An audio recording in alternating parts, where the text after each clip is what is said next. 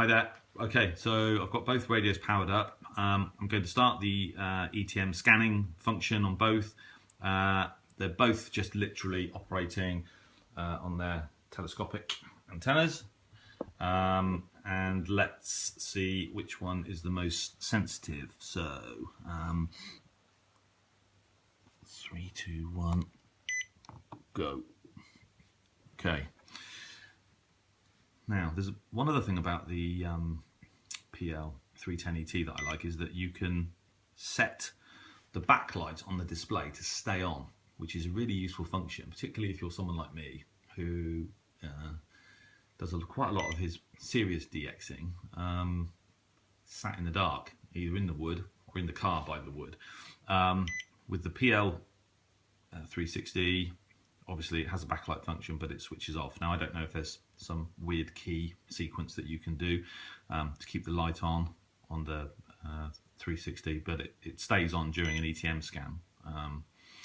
But otherwise, I don't think it will stay on. So I really like that function. The other thing, of course, is that to use a 310 ET as a sort of nightstand radio, bedside table radio, being able to keep the light on, you know, is definitely a positive feature. So the scanning on the 360 seems to be proceeding at a slightly faster rate.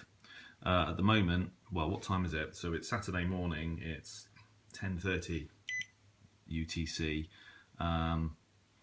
Both radios have only found 2 signals so far. And I have to keep an eye on them because you don't get a sort of confirmation of the number of signals that the radio finds when it scans on either radio. So you just have to keep your eyes peeled. So at the moment, the PL-360 has found 2 signals. The PL-310ET has found 4, but it's about 500 kilohertz behind in terms of the scan. So 22 meters, and the PL-360 has still only found 2 signals.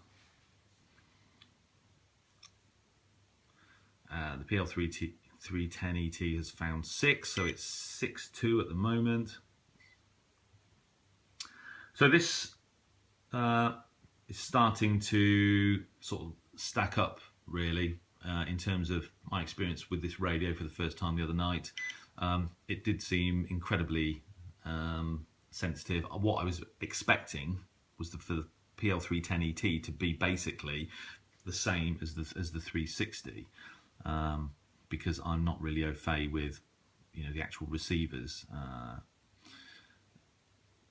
for these 2 products.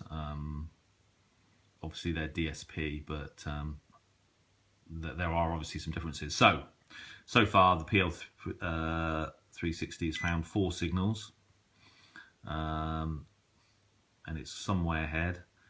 And I'm just going to keep an eye on it because it's going to finish scanning pretty soon. So it's found 4 signals so far on the telescopic. The PL-310, okay, so I think it found 4 in total. So the PL-310 has found 20 on the telescopic so far. So that kind of says it all. Now, if I were to attach an external antenna, it might be a different story, but I doubt it.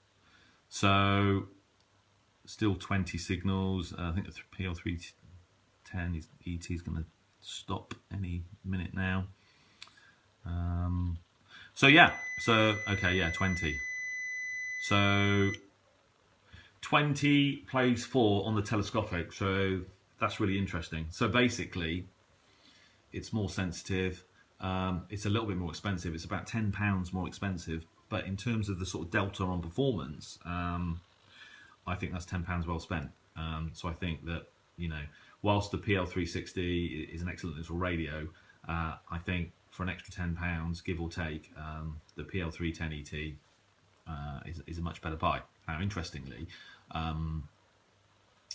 Thomas from SWLing fame, I was talking to him. Well, he wrote to me the other night, and I mentioned this radio, and he was right. He reminded me that the PL-310ET has been a sort of staple travel radio for him for many years, and he also confirmed that, you know, what a great little radio it was. So I concur with him and Thomas Brogan. I think the 310's a great little radio. Would be excellent for travelling, or just putting in your pocket, which is something that I do quite a lot.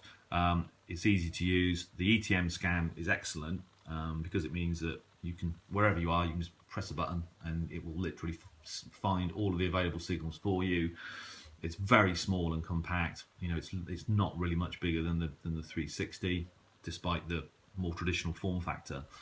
And it's definitely more sensitive. And I'm looking forward to taking it out again on my next expedition and testing it further.